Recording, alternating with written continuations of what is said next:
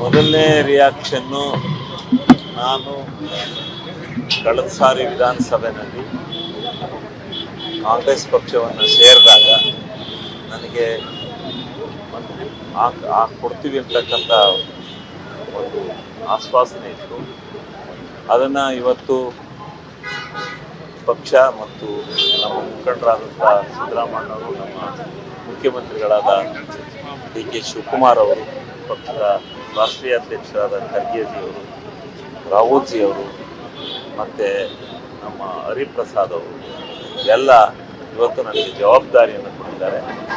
ಅದಕ್ಕೆ ನಾನು ಅವರಿಗೆ ಹಾಸನ ಜಿಲ್ಲೆಯ ಜನತೆಯ ಪರವಾಗಿ ತುಂಬು ಹೃದಯದ ಧನ್ಯವಾದಗಳನ್ನು ಅರ್ಪಿಸ್ತೇನೆ. ನಿರೀಕ್ಷೆ ಇತ್ತು. ಕಳೆದ ಸಾಲಿನೇ ಕೊಡಬೇಕಾಯ್ತಪ್ಪ, ನಿಮಗೆ ಸರಿ ಕೊಡ್ತೀವಿ ಅನ್ನೋ ಭರವಸೆನ ಕೊಟ್ಟಿದ್ರು, ಅದರಂತೆ ಕೊಟ್ಟಿದ್ದಾರೆ. ಆ ನಿರೀಕ್ಷೆ ಇರುತ್ತೆ. ಈಗ ನಾವು ಆ ನಿರೀಕ್ಷೆಯನ್ನು ಉಳಿಸಿಕೊಂಡು ಒಳ್ಳೆ ಕೆಲಸ ಮಾಡಿ ಪಕ್ಷ ಸಂಘಟನೆ ಮತ್ತು ಜನರ ಸೇವೆ ಮಾಡ್ತಕ್ಕಂಥ ಕೆಲಸ ಮಾಡಬೇಕಾಯ್ತು. ಒಂದ್ ರೀತಿ ಫೋರ್ಸ್ ಕ್ರಿಯೇಟ್ ಆಯ್ತು ಅಂತ ಹಳೆ ಮೈಸೂರು ಭಾಗದಲ್ಲಿ ಜೆಡಿಎಸ್ ವಿರುದ್ಧ ಹೋರಾಡಕ್ಕೆ. ಯಾಕಂದ್ರೆ ಈ ಪ್ಯಾಟರ್ನ್ ನೋಡಿದ್ರೆ ಏನು ಫೋರ್ಸ್ ಇಲ್ಲ, ಯಾವ ಫೋರ್ಸು ಇಲ್ಲ, ಏನಿಲ್ಲ. ಕೊಡ್ಬೇಕಾದಂಥವ್ರಿಗೆ ಕೊಟ್ಟಿದ್ದಾರೆ.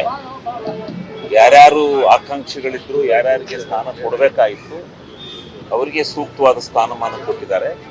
ಯಾವ ಫೋರ್ಸು ಇಲ್ಲ, ಏನಿಲ್ಲ. ಅವಶ್ಯಕತೆಗೆ ಅನುಗುಣವಾಗಿ ಕೊಟ್ಟಿದ್ದಾರೆ. ಅದನ್ನ ಮಾಡ್ತಕ್ಕಂಥ ಕೆಲಸವನ್ನು ಮಾಡೋಣ.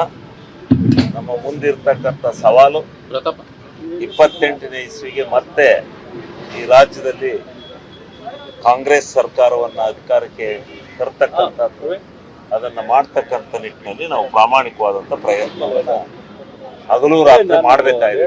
ಸವಾಲಾಗಿ ಸ್ವೀಕಾರ ಮಾಡಬೇಕಾಗಿದೆ. ನಾನು ಯಾವ ಖಾತೆ ಜವಾಬ್ದಾರಿ ಕೊಟ್ಟರು ನಾನು ನಿರ್ವಹಿಸ್ತೇನೆ. ನಾನು ಇಂಥದೇ ಖಾತೆ ಬೇಕು ಅಂತ ನಾನು ಯಾವತ್ತೂ ಬೇಡ.